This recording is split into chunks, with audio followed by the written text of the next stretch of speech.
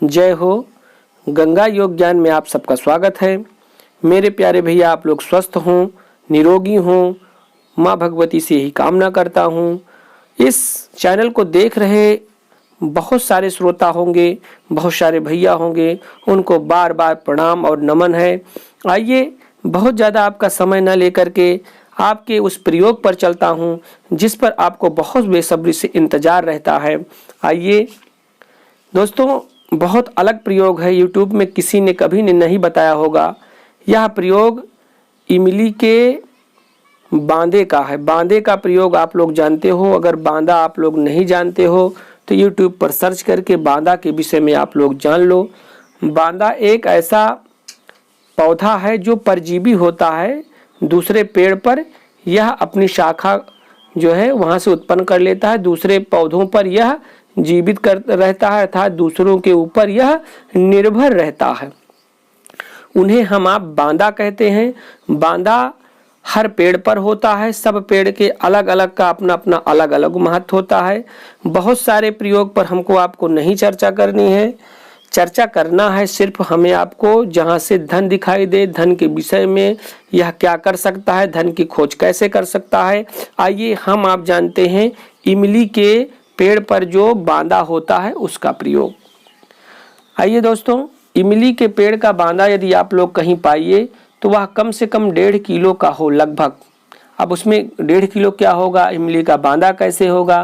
दोस्तों, इन सब बात पर आपको यूट्यूब का सहारा या गूगल का सहारा लेना पड़ेगा। उनमें आप ये जानेंगे कि बांदा कैसे होता है। उसकी एक गोल एक जड़ टाइप हो जाती है, उसकी एक मुंडी टाइप हो जाती है गोल। उसी मुंडी को 1.5 किलो लगभग होनी चाहिए वो। अब आप इमली के बांदे को सम्मान के साथ लाल कपड़े में लपेट करके अपने आप घर पे लाइए, उसका पूजन अर्चन करिए। उसके बाद 21 दिन पूजन के बाद अब आपका वह बांदा तैयार हो जाता है कि आप उससे प्रयोग करें और उससे यह भी जान जाएंगे कि कहाँ पर धन है, कहाँ पर नहीं है। दोस्तों, यह एकदम निश्चित बात है। यदि आप लोग प्रेम भाव से और भक्ति से इस प्रयोग को करते हैं तो इसमें सफलता अवश्य ही मिलती है, इसमें कोई दो राय नहीं है। आइए, इसके विषय में बहुत ज़्यादा आगे हम आपको ना बता करके बहुत जल्द ही इस पर चर्चा हम करने वाले हैं। दोस्तों, जो बांदा होता है, बांदा का अपना अपना अलग अलग प्रभाव होता है, लेकिन इमली का बांदा थोड़ा अलग होता है। यह तांत्रिक क्रियाओं में भी बहुत गुणकारी होता है। दोस्तों, इस बांदा को जो आपका 1.5 किलो लगभग का है और लाल कपड़े में आप बांध करके इसको रखे हैं, इसी बांधे का प्रयोग से आपको देखना है कि पृथ्वी में धन कहाँ पर है, कहाँ पर नहीं है।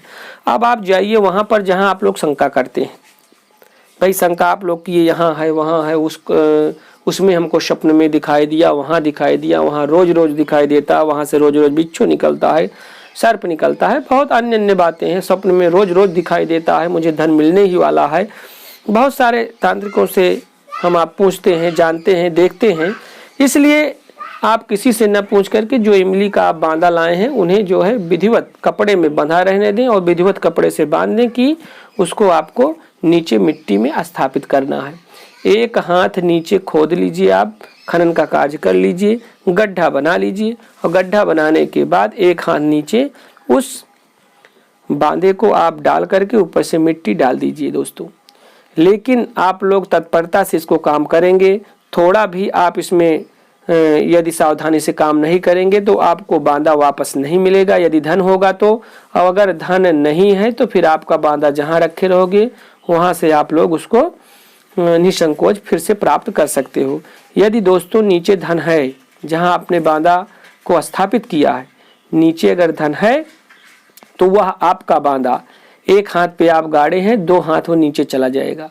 ये एकदम जांची परखी और कही सुनी बातें हैं, जो अमर कथाओं में भी लिखी हुई हैं बातें। इसलिए आप लोग इस पर प्रयोग करें और धन प्रदीप में भी यह प्रयोग लिखा गया है, इसलिए इसको आप प्रयोग करें और प्रयोग करने के बाद सावधानी पूर्वक देखें। अच्छा, इसमें सावधानी क्या है? इसमें सावधानी यह है दोस्तों कि बांदा आप जिस समय शाम को गोधूल में आप उसको स्थापित करते हैं नीचे, अर्थात खनन कार्य करके उसको नीचे गाड़ देते हैं उसी वक्त उसी समय उसको आपको निकालना भी है। और अगर उस समय से थोड़ा भी देर करते हैं, ज़्यादा और देर कर देते हैं, समय ज़्यादा लगाते हैं, तो वह नीचे ही चला जाता आपको नज़र में आएगा, नीचे ही चला जाएगा। इसलिए आप लोग जितने समय में बांधा स्थापित किए हैं उतने समय में आप उसको निकाल लें। यदि धन होगा तो वह आप एक हाथ पे गाड़े हैं तो आपको 2 हाथ नीचे जा कर के वो आपको मिलेगा। यह आजमाया हुआ प्रयोग है, इसको आप लोग करें और करके देखें। चलिए आपसे लेते हैं विदा, हुआ है समय आप सबसे, और इसी के साथ इस एपिसोड को ख़त्म करके अगले एपिसोड में फिर आपसे मिलते हैं। तब तक के लिए जय हो।